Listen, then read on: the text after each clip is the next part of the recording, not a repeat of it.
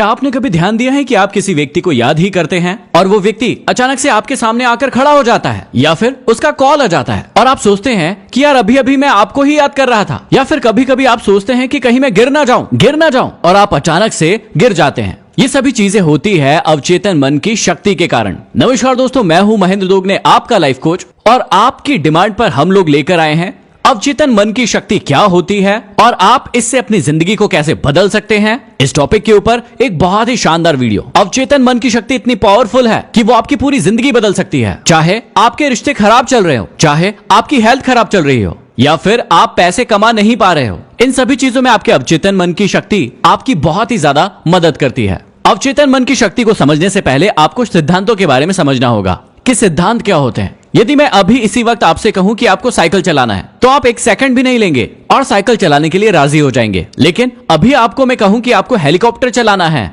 तो आप उसके लिए मना कर देंगे। ऐसा क्यों? क्योंकि साइकिल चलाने के जो सिद्धांत है वो आपको आते हैं, वो आपको पता है, आपने उसे चलाया है। लेकिन हेलीकॉप्टर चलाने के सिद्धांत आपको नहीं पता है, इसलिए आप उसे नहीं चला पाएंगे। कई बार लोग झूठी बातों पर विश्वास कर लेते हैं और उन्हीं सही सिद्धांत मान लेते हैं और उन्हीं सिद्धांतों पर अपने जीवन को जीते रहते हैं और फिर परेशान रहते हैं। इसलिए सबसे पहले आपको अपने जीवन में समझना चाहिए सही सिद्धांतों को, कि सही सिद्धांत क्या है, क्योंकि तभी आप अपने जीवन को पूरी तरीके से बदल पाएंगे। अब सिद्धांत क्या है, आप इस बात को समझिए। यदि आप हाइड्रोजन के 2 परमाणुओं और ऑक्सीजन के 1 परमाणु को मिलाएंगे तो परिणाम हमेशा पानी ही होगा। अब चाहे आप इंडिया में रहे, पाकिस्तान में रहे या फिर अमेरिका में रहे, सिद्धांत कभी भी बदलेगा नहीं। इसी प्रकार से हमारे जीवन में भी बहुत सारे सिद्धांत लागू होते हैं जिसकी वजह से हमारा जीवन चलता है, लेकिन गलत सिद्धांतों का प्रयोग करके हम गलत रिजल्ट प्राप्त करते हैं। सबसे पहले समझिए कि हमारा दिमाग 2 भागों में बटा है। पहला कॉन्शियस माइंड और दूसरा सबकॉन्शियस माइंड, मतलब चेतन मन और अवचेतन मन।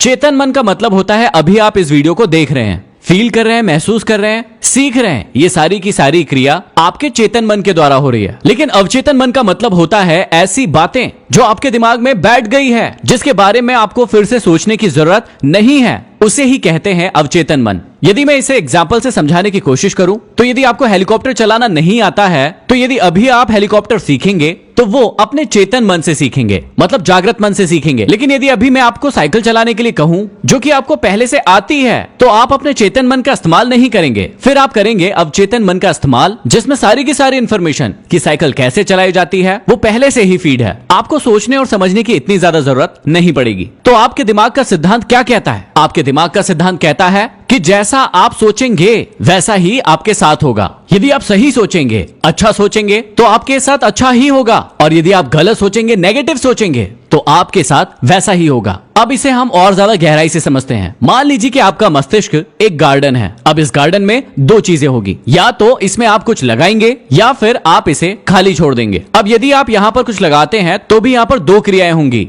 पहला कि आप इसमें कुछ ऐसा लगा सकते हैं जो आपके लिए बाद में बहुत काम में आने वाली है, लेकिन आप ऐसा भी कुछ लगा सकते हैं जो आपको किसी भी काम में नहीं आएगी। मान लीजिए कि आपने आम का पेड़ सोच समझ के लगाया कि मुझे आम खाना है इसलिए इस पेड़ को लगाना है, लेकिन दूसरी ओर आप अशोक का पेड़ भी लगा सकते हैं सोच समझकर, लेकिन उससे आपको कुछ मिलने वाला नहीं है। लेकिन आप दूसरी ओर देखें जहां पर आपने अपने गार्डन में कुछ नहीं लगाया था और आप सोच रहे हैं कि वहां पर कुछ नहीं लगेगा, तो आप बहुत बड़ी गलतफहमी में हैं। लेकिन वहां पर ऐसी चीजें उगने लगेगी जो आपने नहीं उगाई है, लेकिन प्रकृति ने उगाई है या फिर दूसरे लोगों ने उगाई है। वहां पर बहुत सारी खरपतवार उगने लगेगी, वहां पर बहुत सारी कटीली झाड़ियां उगने लगेगी जो आपने तो नहीं लगाई लेकिन अपने आप लगने लगी है। अब हमारे जीवन में भी इसी गार्डन की तरह 3 प्रकार की चीजें होती है। पहला, जब हम सोच समझकर कोई बहुत अच्छी चीज करते हैं। दूसरा, जहां हम सोच समझकर हद करके कुछ गलत चीजें करते हैं। और तीसरा, जहां हम हद करके अपने गार्डन को खाली छोड़ देते हैं और बाहर के लोग आकर उसमें बहुत सारी चीजें उगाने लगते हैं या डालने लगते हैं। अब यहीं पर आपको समझना चाहिए कि यदि आप अच्छी चीजें बोएंगे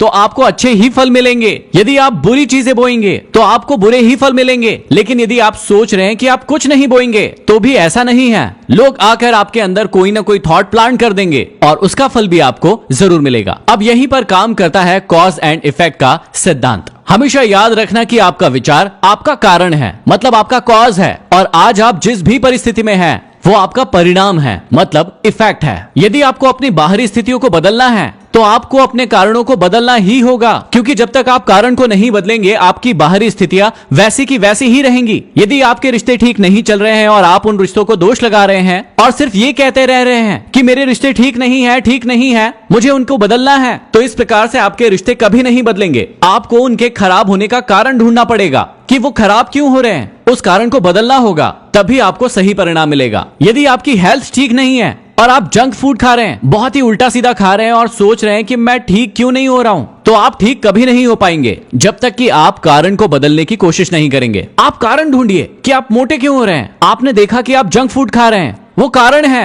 उस कारण को बदल दीजिए, आपका परिणाम अपने आप बदल जाएगा। यदि आप किसी नौकरी से ज्यादा पैसे नहीं कमा पा रहे हैं तो उस नौकरी को दोष मत दीजिए। आप देखिए कि आप उस नौकरी में है क्यों, आपके अंदर ऐसी कौन सी स्किल्स नहीं है जिसके कारण आप वहीं पर फंसे हुए हैं। आप अपने कारण को बदलिए, आपका परिणाम अपने आप बदल जाएगा। अब इन सभी चीजों में आपका अवचेतन मन आपकी मदद कैसे करेगा। आप जो भी चीज अपने चेतन मन को कहते हैं, आपका चेतन मन वही चीज अपने अवचेतन मन को कहता है और समझाने की कोशिश करता है। और यदि एक बार आपका अवचेतन मन उस बात को मान लेता है तो आपकी पूरी बॉडी, आपका पूरा शरीर, आप खुद उस चीज के लिए उस प्रकार से काम करने लगते हैं। आपका चेतन मन आपके एक बहुत बड़े जहाज का कप्तान है और आपका अवचेतन मन उसके अंदर बैठा हुआ इंजीनियर है। कप्तान जैसा भी ऑर्डर देगा, इंजीनियर को वो बात माननी ही पड़ेगी, क्योंकि इंजीनियर बाहर नहीं देख सकता, बाहर देख सकता है आपका कप्तान, मतलब आपका चेतन मन। एक बहुत बड़ा जहाज हमारे मन की ही तरह चलता है। तो यदि आप इसे समझ गए तो चेतन मन और अवचेतन मन कैसे काम करते हैं आपको समझ में आ जाएगा। किसी भी बड़े जहाज के दो पार्ट होते हैं, पहला होता है डेक पार्ट और दूसरा होता है इंजन रूम। डेक पार्ट वो पार्ट होता है जहां पर कैप्टन बैठा होता है, जहां से वो दूरबीन लगाकर दूर दूर तक देखता रहता है कि हमें किस दिशा में जाना है, कोई दिक्कत तो नहीं आ रही है, क्या क्या चीजों की जरूरत है, कितनी स्पीड लगेगी। और दूसरा होता है इंजन पार्ट, जहां पर बहुत सारे इंजीनियर्स मिलकर उस जहाज को चलाते हैं। लेकिन जितने भी इंजीनियर्स होते हैं वो जहाज के ऐसे भाग में होते हैं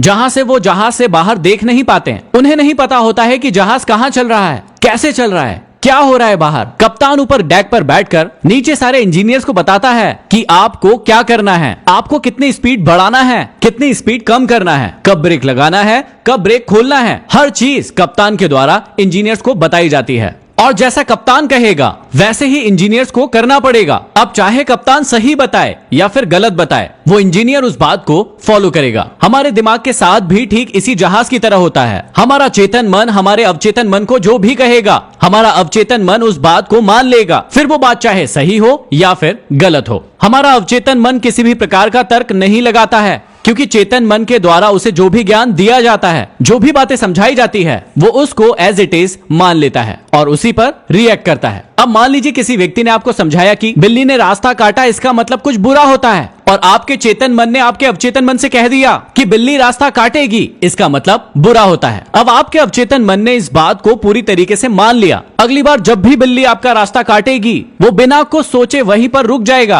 और कहेगा कि आगे मत बढ़ो, क्योंकि बिल्ली ने रास्ता काटा है और ये गलत है। अब ये गलत है या सही है, ये आप मुझे कमेंट बॉक्स में कमेंट करके बताइए, लेकिन आपका अवचेतन मन आपको यही ऑर्डर देगा। अब आप अपने चेतन मन को कहते हैं कि मेरे पास तो पैसा ही नहीं है, मैं कैसे कार खरीद सकता हूँ, मैं तो गरीब हूँ, मैं तो कुछ कर नहीं सकता। तो आपका चेतन मन आपके अवचेतन मन को वही ऑर्डर पास कर देगा। लेकिन जब भी आप कार खरीदने के बारे में सोचेंगे, आपका अवचेतन मन आपको कार खरीदने नहीं देगा, क्योंकि आपके शरीर को वो ऑर्डर देगा कि आप ये कभी भी नहीं कर सकते हैं। और इसीलिए कहते हैं कि जैसा आप सोचते हैं वैसे ही आप बनते हैं। यदि आप पॉजिटिव सोचते हैं तो आप पॉजिटिव बनते हैं, यदि आप नेगेटिव सोच रखते हैं तो आप नेगेटिव बन जाते हैं। आपका चेतन मन कंट्रोल होता है आपकी इंद्रियों से। आप अपनी इंद्रियों से अपने चेतन मन को जो भी चीजें देते हैं, आपका चेतन मन वही चीज आपके अवचेतन मन में जाकर रख देता है। आपका अवचेतन मन किसी भी प्रकार के मजाक को नहीं समझता है। आप जैसा कहते हैं वो वैसा ही करता है। कई बार आपने देखा होगा कि आप मजाक में कहते हैं कि कहीं मैं गिर ना जाऊं या कहीं मुझे चोट ना लग जाए, और वाकई में आप गिर जाते हैं या आपको चोट लग जाती है। ऐसा क्यों हुआ? क्योंकि आपने इस प्रकार की बात सोचकर अपने मन को एक ऑर्डर दे दिया। अब कई बार जो लोग इन बातों को जानते हैं वो इस चीज का गलत इस्तेमाल भी करते हैं